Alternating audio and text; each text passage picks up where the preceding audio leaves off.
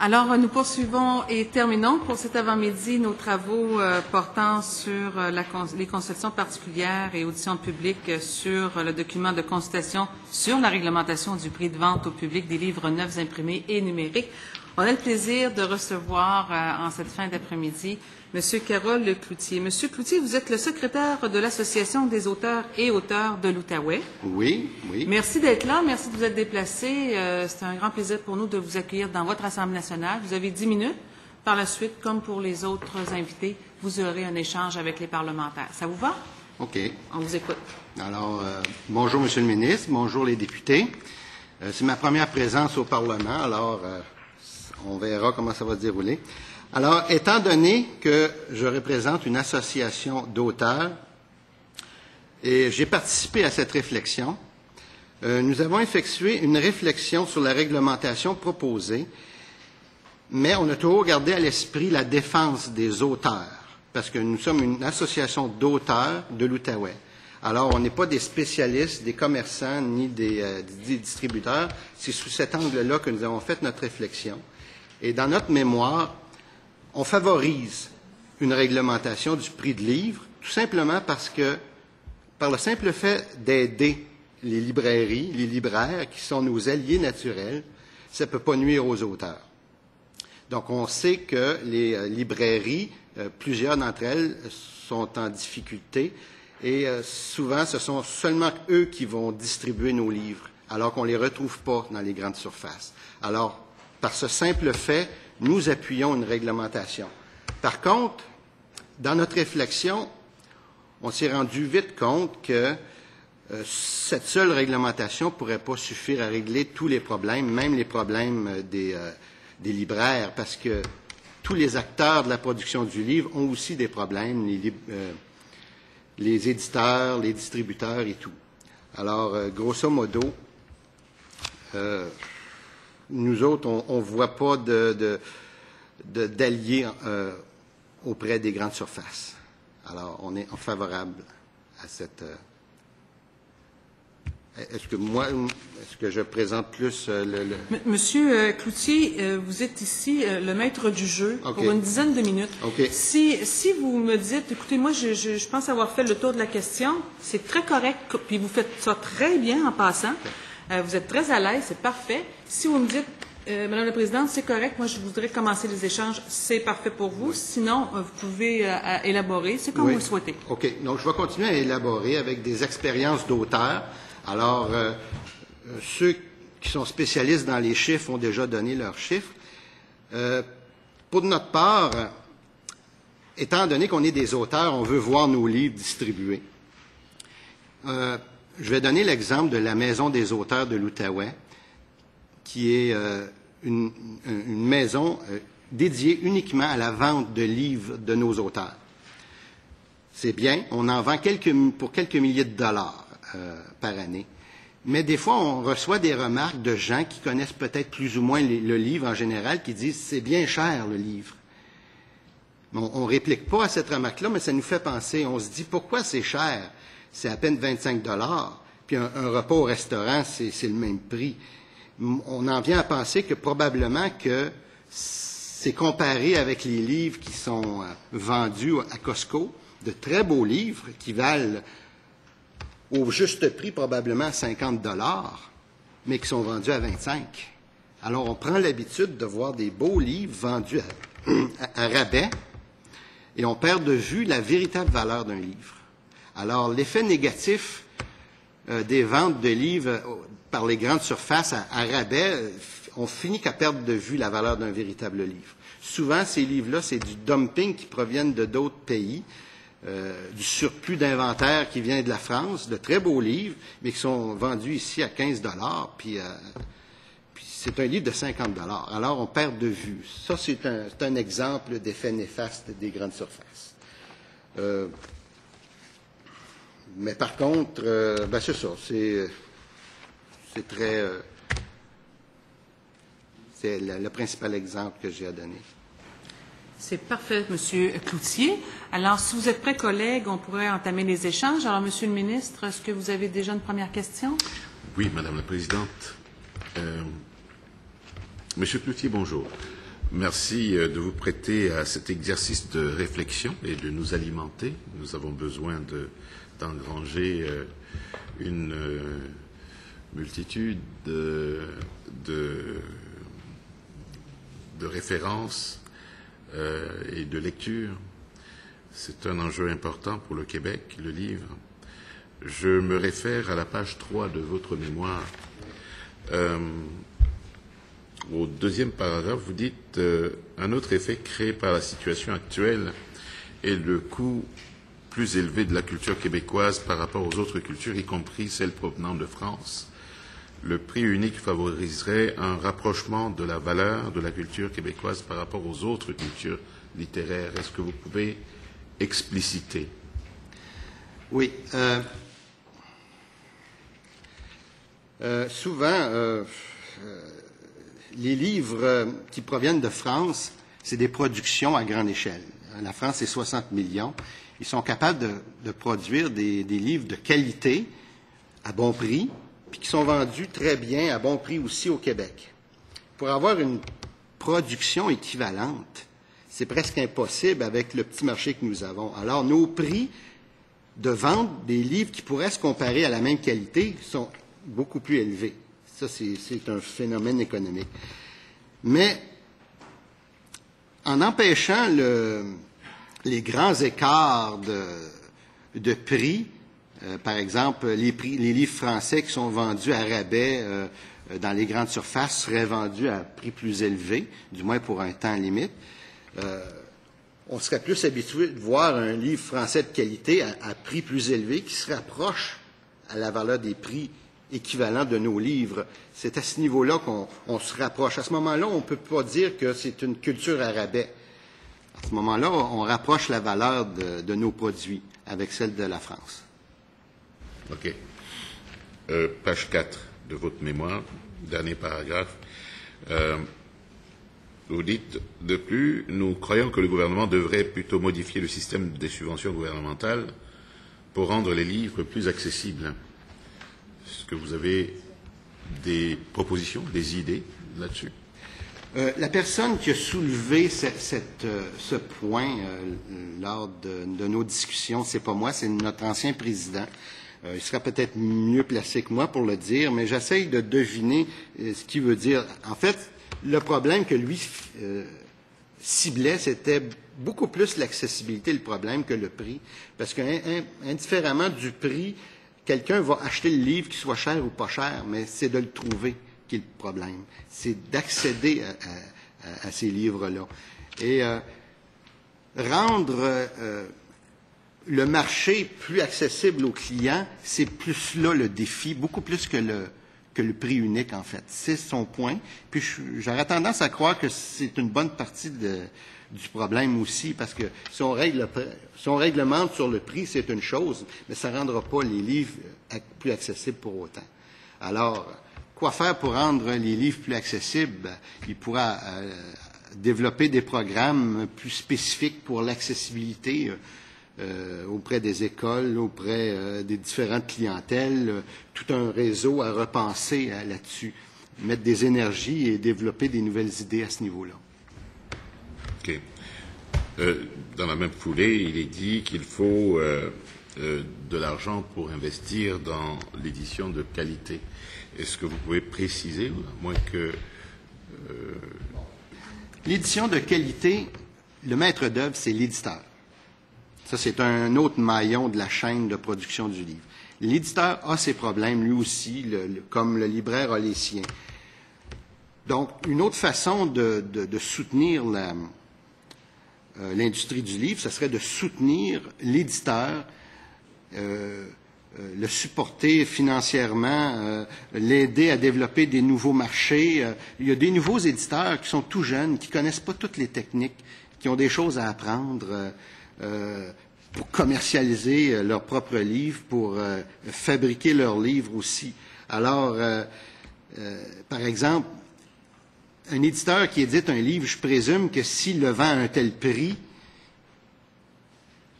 tellement bas qu'il ne pourrait pas rester en affaires, il va fermer les portes. Alors, c'est là de mettre de l'argent dans la création au niveau de l'éditeur, c'est-à-dire le supporter dans ses fonctions premières, problème à ce niveau-là. OK. Vous mentionnez que les livres à rabais tendent à diminuer les revenus des auteurs qui sont rémunérés selon un pourcentage fixe. Quelle est la proposition des auteurs qui sont rémunérés selon ce principe-là? On n'a pas soulevé aucune proposition là-dessus. C'est qu'on a relevé le fait qu'on est parti du principe que les auteurs étaient rémunérés avec un pourcentage fixe.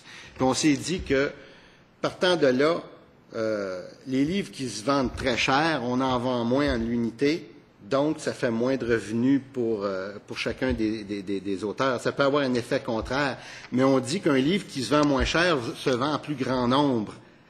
Alors, c'est quoi, dans le contrepoids qui est plus favorable aux auteurs? On a soulevé le point sans vraiment être capable de répondre à ce problème. Parce qu'on n'est pas des commerçants, on n'est pas des commerçants. Vous avez une idée de ce que pourraient être d'autres formes d'attribution de rémunération? On n'en a pas soulevé, nous. Ouais. Non. On a pris pour acquis que c'était la seule façon d'être rémunéré, puis on n'a pas soulevé d'autres points sur la rémunération des auteurs en particulier. Merci. Merci beaucoup, M. le ministre. Monsieur le député de Saint-Hyacinthe. Merci, Mme la Présidente. Bonjour, M. Cloutier. Vous avez une association quand même qui regroupe beaucoup d'auteurs. Hier, on mentionnait qu'il y avait 65 des auteurs qui vivaient, qui gagnaient à peu près 5 000 $ et moins. J'imagine que c'est la même proportion chez vous. Ça devrait. Vous parliez aussi, dans votre mémoire, à la page 2, vous mentionnez, en approfondissant notre réflexion, nous constatons que les grandes surfaces vendent beaucoup de best-sellers et très peu de romans et autres genres de littérature québécoise. Plusieurs de ces best-sellers proviennent de l'étranger. Nous aussi, on a constaté que la majorité de nos auteurs sont absents des magasins grandes surfaces. Ma question est assez simple. Connaissez-vous le pourcentage de ventes dans les grandes surfaces qui est des auteurs québécois?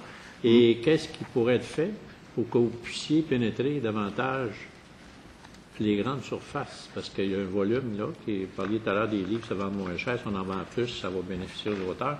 Mais comment avez-vous une stratégie à ce niveau-là? Bon.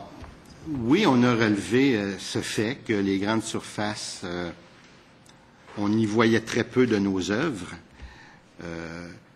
On serait d'accord à voir nos œuvres présentes dans les grandes surfaces. On n'a pas établi de stratégie, par contre, pour atteindre le marché des grandes surfaces. Puis pour répondre à votre première question, non, on n'a pas les chiffres là-dessus, dans l'Outaouais en particulier ou en général, parce que notre réflexion, on ne l'a pas faite avec des chiffres, on l'a faite avec notre propre expérience d'auteur direct avec son éditeur, puis avec le marché local. Alors, on s'est rencontrés seulement qu'une soirée et on a fait du mieux qu'on pouvait avec nos connaissances sur le marché, avec des chiffres qui ne nous provenaient pas de nous. Alors, de là à confirmer des chiffres là-dessus, là, je pourrais faire aucune confirmation. OK. Dans un deuxième temps, au niveau du livre numérique, du livre versus le livre papier, parmi vos auteurs, les 165 auteurs que vous représentez, il y en a combien qui s'adaptent, qui ont la plateforme pour pouvoir utiliser le livre numérique? Bon. Il y en a très peu. On n'a pas de chiffres, mais je sais qu'il n'y en a pas beaucoup. Mais je sais qu'au sein de notre association, on commence à en parler, puis on veut offrir un service pour amener nos auteurs à s'orienter vers le numérique. Mais on ne fait qu'en parler. On n'a pas encore établi de mode d'emploi pour aider nos auteurs à ce niveau-là. Alors, on vient de reformer un nouveau conseil un conseil d'administration. Puis ça, c'est des nouvelles questions qui nous arrivent sur la table. C'est assez embryonnaire à ce niveau-là, là-dessus. Merci. Merci beaucoup. Ça complète donc du côté ministériel. Madame la députée de la Porte. Merci, Madame la Présidente. Bonjour, Monsieur Cloutier. Vous avez soulevé un point tantôt ou une demande concernant les éditeurs. Pour la gouverne de tous, finalement, juste mentionner qu'il existe des programmes gouvernementaux d'aide aux éditeurs qui fait en sorte d'ailleurs qu'ils sont capables de publier de plus en plus d'ouvrages. Monsieur Cloutier, j'ai une grande question, juste une question pour vous aujourd'hui. Je suis surprise de lire votre mémoire et je m'explique. J'ai lu dans un article publié le 7 novembre dernier que M. Gaston Terrien, qui est le président de votre organisation. Qui était. Bon, enfin, ouais. il était avec vous. Ouais. Pensait, et je cite, que l'idée de la première ministre de créer une loi sur le prix unique du livre soit la solution pour enrayer la crise que vit le milieu de l'édition. Et les raisons étant, naturellement, votre situation géographique, vous êtes près de Ottawa, et deuxièmement, parce que votre organisation considérait que cette mesure était un diachylon. Dans un autre article, celui-là est daté du 16 août, on mentionnait que votre association avait consulté ses membres et que les avis divergeaient. Il était mentionné que le livre prend de plus en plus le format électronique et que c'était vraiment le problème à laquelle il fallait s'attaquer et c'était mentionné maintenant. Alors qu'aujourd'hui, vous appuyez la réglementation du prix du livre. J'aimerais vous entendre là, sur ce changement de cap. Ben, en tout cas, moi, je ne suis pas là depuis très longtemps au sein de l'association. Moi, je suis là depuis 2 mois. J'ai participé à la seule et unique débat qu'on a eu sur la question.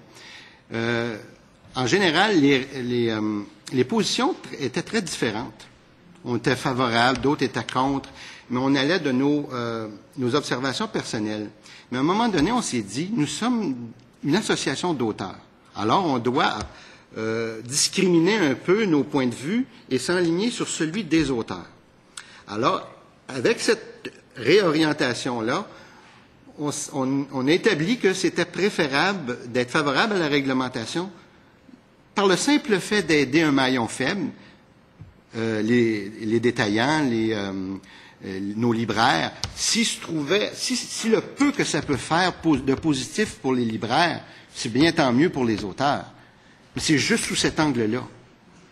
Alors, par contre, tout en appuyant cette réglementation-là, on est bien conscient qu'effectivement, ça serait un diachylon, cette réglementation-là. Okay. C'est certain, parce que le numérique va aller quand même en grandissant. Les ventes par Internet de livres papier aussi se fait par Internet. Ça va en grandissant. Ça contrecarre le circuit traditionnel. Alors, le problème, il est beaucoup plus vaste que le simple prix. Même, on a même établi que, dans bien des cas, pour un acheteur de livres, le prix est très secondaire. À partir du moment qu'il a la matière désirée, je désire m'informer sur tel sujet, 60 $ ou 20 $. En fait, on parle de livre de fond, mais il va se vendre.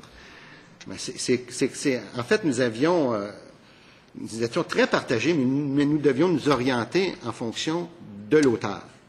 OK. Donc, une sous-question. Oui. Quand vous parlez des membres, donc les membres, ce sont tous des auteurs. Oui.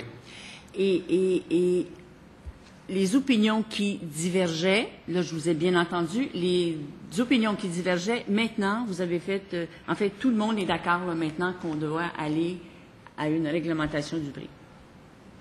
Bien, avec les discussions qu'on a faites, après avoir fait nos discussions, le conseil d'administration, on n'a pas recommuniqué à vos membres. Non. À nos membres, parce que ça vient d'être fait. Mais le conseil d'administration s'enligne sur ce point-là. S'enligne sur ça. D'accord. Parfait. Merci. Merci, Mme la Présidente. Merci beaucoup. Alors, M. le député de Jacques-Cartier. Merci beaucoup, Mme la Présidente. Bienvenue, M. Cloutier. Alors, pour un auteur, si un livre est vendu à rabais, est-ce que ça change quelque chose pour l'auteur ou est-ce que vous êtes compensé de même façon? Oui. Parce que l'auteur va être vendu à pourcentage. Traditionnellement, un auteur, je vais donner un chiffre fictif, 5% sur le prix de vente du livre. C'est un gros chiffre, un gros pourcentage. Mais si le livre était vendu à 50 $ versus à 25 $, ben, sa rétribution par vente de livres est coupée de moitié. Donc, à ce niveau-là, il y a un problème pour l'auteur. Juste pour que je comprenne, pour un de vos membres, si votre livre est vendu à Costco à rabais, le revenu pour l'auteur est inférieur que si c'est vendu dans une librairie agréée. Au prix unitaire, oui. Mais par contre, il pourrait être vendu en plus grande quantité. Oui, non, j'essaie juste de comprendre le marché. C'est ça. Et vu que vous êtes une association de l'Outaouais, est-ce qu'il y a une crainte au niveau de l'effet transfrontalier, c'est-à-dire s'il y a des rabais à Ottawa qui n'existent pas à Gatineau, où le monde va juste traverser le pont? Non, absolument pas, parce que les livres qui sont vendus chez les Costco, peu importe le côté de la frontière, ce sont les mêmes best-sellers. Mais si j'empêche de faire ça à Gatineau, il n'y a aucune crainte que je vais traverser le pont et acheter le livre à Ottawa plutôt qu'à Gatineau? Soit on n'a pas fait de réflexion là-dessus. Non, je pense que ça n'a même pas été soulevé, cette question-là. Okay. Mais on le voit dans d'autres produits, quand l'écart est trop important d'un côté d'une frontière à une autre, ça cause des problèmes pour l'État québécois. Parce que d'habitude, les livres qui sont vendus chez Costco, c'est des acheteurs d'impulsion. Ils vont le voir, ils vont l'acheter. Ils le verront pas, ils l'achèteront pas. Alors, ils iront pas faire un détour pour un Costco de l'autre côté de la frontière. Ça m'étonnerait. Ceux qui font ça, ils font ça auprès des libraires. Ouais. Alors, c'est pas le même marché. Non, je comprends. Et un lecteur sérieux va toujours aller vers une librairie plutôt qu'une grande surface. Ouais. Je parle des grandes surfaces, pas les Renaud-Bré et les autres, mais une grande surface qui n'est pas comme vocation primaire de vendre des livres. Alors, c'est l'impulsion, comme vous avez dit, je pense que je vais acheter tout ça. Mais alors, il n'y a pas de crainte que l'existence... Non, ça n'a pas été soulevé. OK, parfait. Merci beaucoup. Merci, Monsieur le député. Madame la députée de Montarville. Oui, merci beaucoup, Madame la Présidente. Bonjour, Monsieur Cloutier. D'abord, j'aimerais savoir, vous avez combien d'auteurs dans votre association? Oh, mon Dieu. En fait, c'est essentiellement des auteurs. Il y en a près 150. Je ne connais pas les derniers chiffres, mais il y a aussi des artistes connexes à l'écriture, par exemple des auteurs de chansons qui n'ont pas nécessairement écrit de livres, mais globalement, ça peut regrouper plus de 200 personnes. Vous nous arrivez de l'Outaouais, merci de vous être déplacé. Et oui. Ce que j'aimerais savoir, si en Outaouais, on a vu de ces librairies indépendantes, de ces petites librairies, puisque c'est de ça qu'il est question, la survie de ces librairies, disparaître à cause des grandes surfaces. Est-ce que, de mémoire, on aurait vu la fermeture? Moi, je n'ai pas connaissance récemment qu'une librairie a fermé récemment à cause, peu importe la raison.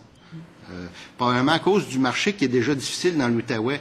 Les libraires sont déjà habitués à un environnement assez précaire, alors ils ont l'air d'avoir les reins assez solides. Je vous remercie beaucoup. Okay. Merci beaucoup, M. Cloutier. Merci de vous être déplacé, d'être venu à notre rencontre aujourd'hui. Je suspends les travaux jusqu'à 14h cet après-midi.